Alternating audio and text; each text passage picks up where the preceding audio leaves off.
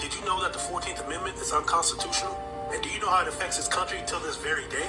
Well, if you didn't know, well, listen up, because I'm about to break it down. After the passing of the 13th Amendment, which made slavery unconstitutional and illegal, except if you're in prison, Southern states quickly enacted black codes. And these black codes severely restricted everything that we could do, such as we could not own property or guns, we had no voting rights, if we didn't have a job, we could be arrested and forced to work for no pay, which took advantage.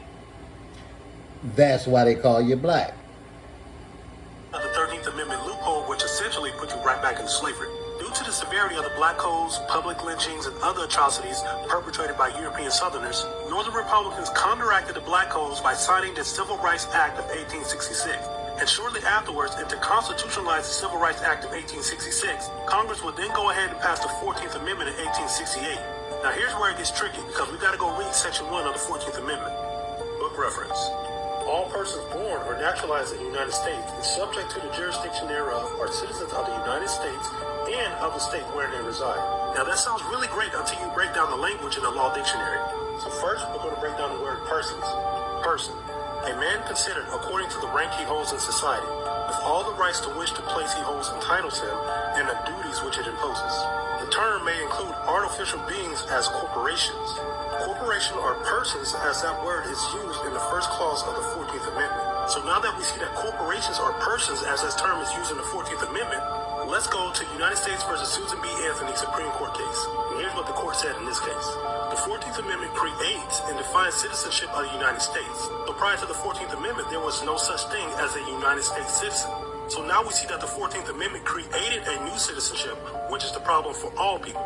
And if we examine the hierarchy of authority that exists in this planet, we see that man creates government.